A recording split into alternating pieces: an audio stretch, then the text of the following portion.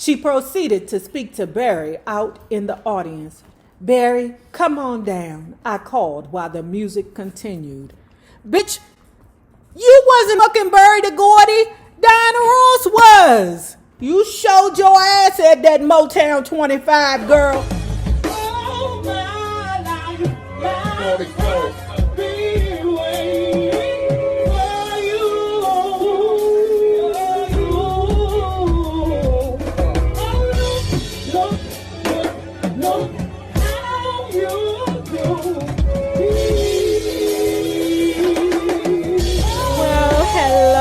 bugs. Hello there, bugs. If you have not already done so, please remember to like, share the Facebook, subscribe, and tip your favorite narrator via Cash App at $NAROB on YouTube. You see, I didn't put a ring light there. I'm trying to make it less casual.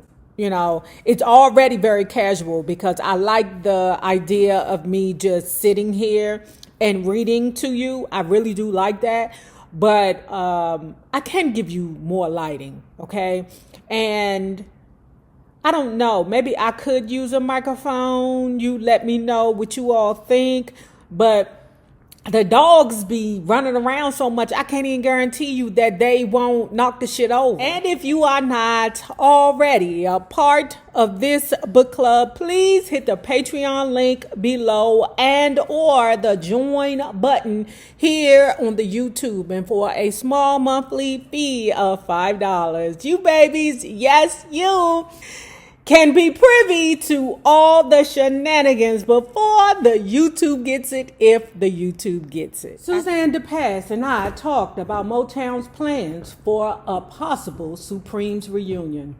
Although I have not always agreed with Suzanne over the years, she is fair.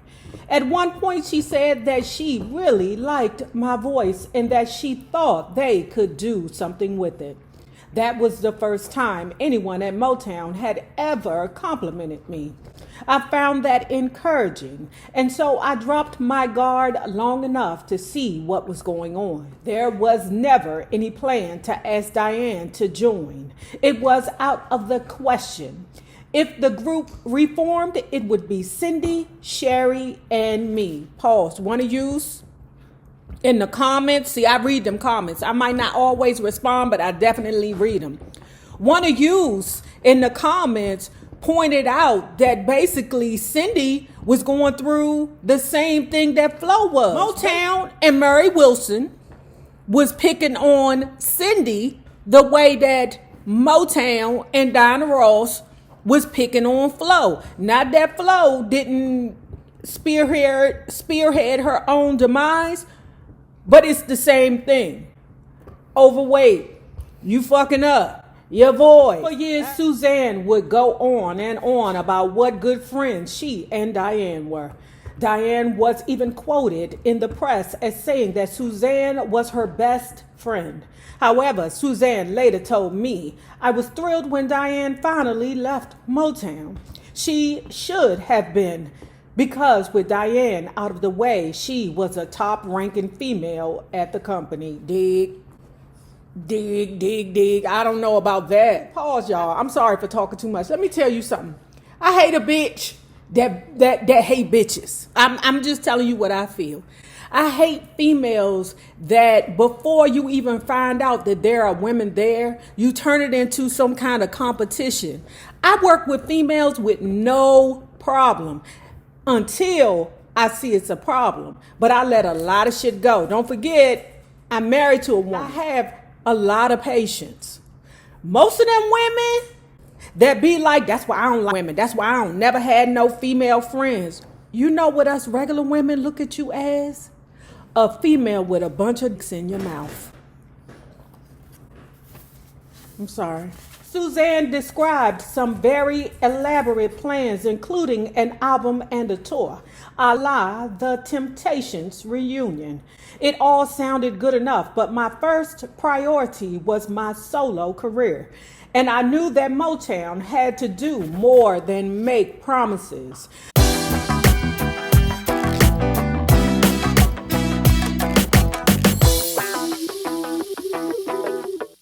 Another condition which I felt very strongly about was that I sing leads.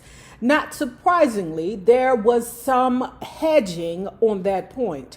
Motown wanted Sherry to do all the leads. No one seemed to care that I had put the Supremes ahead of my life for over 20 years. My request was, I believe, very fair. So it was okay when they did it to Flo.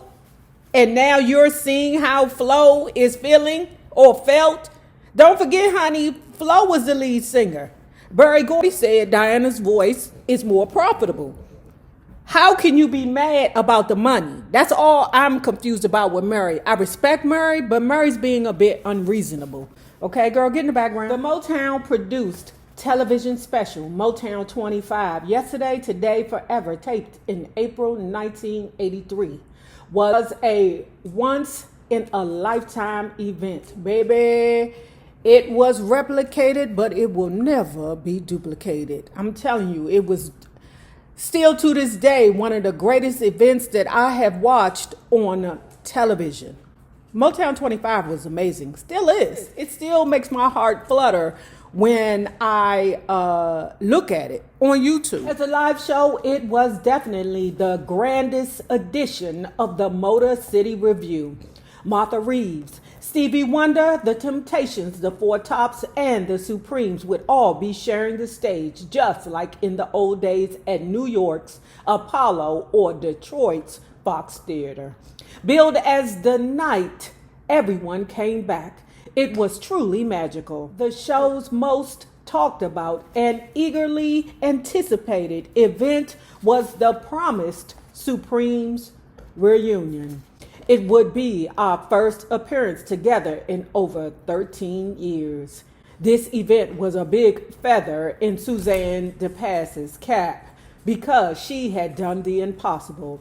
Coaxed dozens of acts to return to Motown, even those such as Marvin Gaye, the Jacksons, Mary Wells, the Four Tops, the Temptations, Diane and me, who at one time or another had left the label. With the exception of Gladys Knight and the Pips, we all came home, happy to bury the old feuds in the joy of seeing the Motown family back together again. The details were finally settled. I agreed to sing a medley of 4 Supremes hits with Diane and Cindy. It promised to be a tremendous historical moment, and I was looking forward to it. When I arrived at the Pasadena Civic Center for a brief rehearsal that day, things were already going awry. Diane greeted Cindy and me with a cocktail party hug and quick pecks on the cheeks as if we were acquaintances she'd just run into on the street. I mean, you said y'all hadn't been together in 13 years. What the hell? And the last time you was mad at her for popping up on you in the dressing room because you weren't prepared. Something that you had been doing to Diane all the time. Like I always say to people, you never know yourself until you see yourself. Let me tell you something. I'm working with a little girl or a young lady who I can look dead at and see myself. And baby, some of the things she is doing is not beautiful. Okay? Now, some of the things she's doing I would never do. But some of the things I sit back and be like, damn. Y'all are getting on my... Oh, my God, these motherfuckers. For the rest of the evening, Cindy and I might as well have been invisible. But she and I did have some time alone to go over a few things. For one thing, we decided to sing softly at soundcheck because our microphones were always turned down to half the volume that Diane was set at.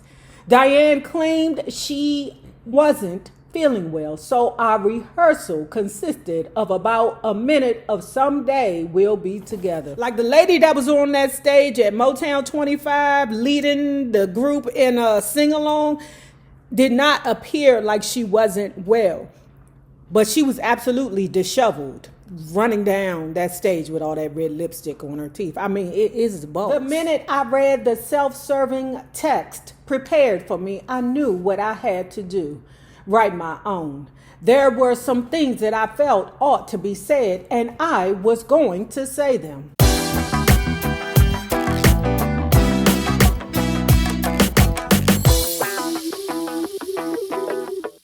At the pre-taping cocktail party for executives of Motown and other key entertainment corporations, Diane was the only artist. My escort was Jim Lopez, then an MCA executive who was among the invited. Pause. Mary did show her ass at that live taping. Mary, this was not your chance to grandstand, baby. This is not a complaining set. Like when you go to an office party and we supposed to be talking about A, B, and C, and then all the other people that you work with turn it into a complaining situation. No, motherfuckers, I'm trying to get out of here. I don't have time to be worrying about your complaints and because Murray drink up all the coffee and don't make nobody gives a we ain't talk about money, nothing else is important. All this other shit don't matter that they tell you, girl. Just be quiet, girl, because you know you're going to do what you want to do anyway. I don't respect Murray Wilson for grandstanding on a night that did not belong to her. She decided she was going to take that night. At the pre-taping cocktail party for executives of Motown and other key entertainment corporations, Diane was the only artist. My escort was Jim Lopez, then an MCA executive who was among the invited. He came out of the cocktail party and announced, "Come on, Murray, you're going with me to the A-list party." Before I took a step, the chaperone Motown assigned to keep tabs on me said, "I'm sorry, but Miss Ross is the only celebrity allowed to attend." "That's too bad," I said, taking Jim's arm and heading towards the party. "No, you don't understand," the chaperone blurted in fear. "If you show up there, I'll be fired on the spot." "Really?" I asked. He nodded, looking very frightened. "Okay then, I'll stay out here." After all, the cocktail party wasn't the big stakes tonight. Taping began and the show was magnificent. Marvin, in the last major television appearance of his life, was inspiring. The Temps and the Tops were fantastic together, and Michael Jackson brought down the house with Billie Jean. For my speech, I wore designer Tony Chase's tight black dress that glittered with long silver beads, gorgeous and impossible to sit down in. Ignoring the teleprompter, I ad-libbed my own heartfelt message. I couldn't be here tonight without mentioning some of the people who are not with us. I began and then named Paul Williams, Barry's parents, Mom and Pops, Gordy, and of course, Flo. She's not here with us tonight, but I know that wherever she is, she's up there. Woo! Doing it. My speech was directly from the heart, and I received a thunderous round of applause.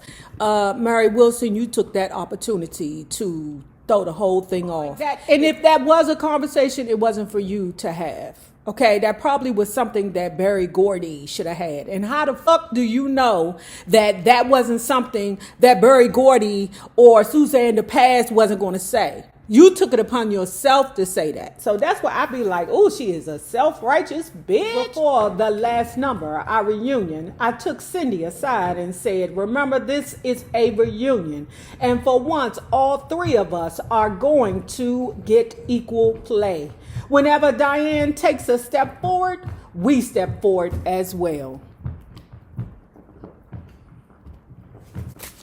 All I'm saying is that she was just being a troublemaking hoe at that reunion. And she's putting it on paper, and she's so self-righteous about it that she don't understand what she's doing. I know some people are like, well, you know, it is her time to step up. Mary Wilson, we know who you are. We know exactly who you are. It's just that Diana Ross is that girl right now. Just like pause in the drawers.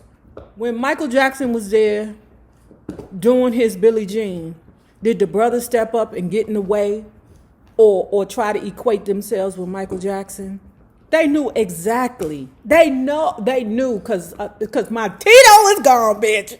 Mary Wilson is a piece of work. For the last number, our reunion, I took Cindy aside and said, remember, this is a reunion.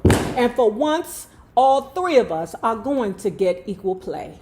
Whenever Diane takes a step forward, we step forward as well. I changed into another Tony Chase number, a fire red beaded gown that was slit up the back. I was waiting in the wings. Diane sang her solo, Ain't No Mountain High Enough. She was wearing a short black skirt, a silvery top, and a white foxtail fur, sashaying across the stage. She dramatically flung the fur down stage. By this time, everyone was fed up with her prima donna attitude. That's what a lot of people said. I mean, but she's Diana the Ross Balls. Step on her fur, Mary. Richard Pryor hollered from backstage. Yeah, we read that in another book too. Kick it, Martha Reeves said venomously. I have to admit that I was amazed at the overwhelming feeling of animosity that Diane had brought upon herself. I wanted this show to have the kind of dignity that was befitting the Supremes, but you want to act a nigga. It was your idea to act a nigga. I refused to let a fight happen. The music to Someday We'll Be Together started. Mary, Cindy, Diane called as if wondering where we were. Cindy entered from stage right to a huge round of applause. I let her get to the middle before making my entrance. When Diane announced, "This is Cindy Birdsong, and that's Mary Wilson," the crowd went crazy. At last, the Supremes were together on stage again. I was so proud and thrilled. We started singing Someday We'll Be Together, then something went wrong.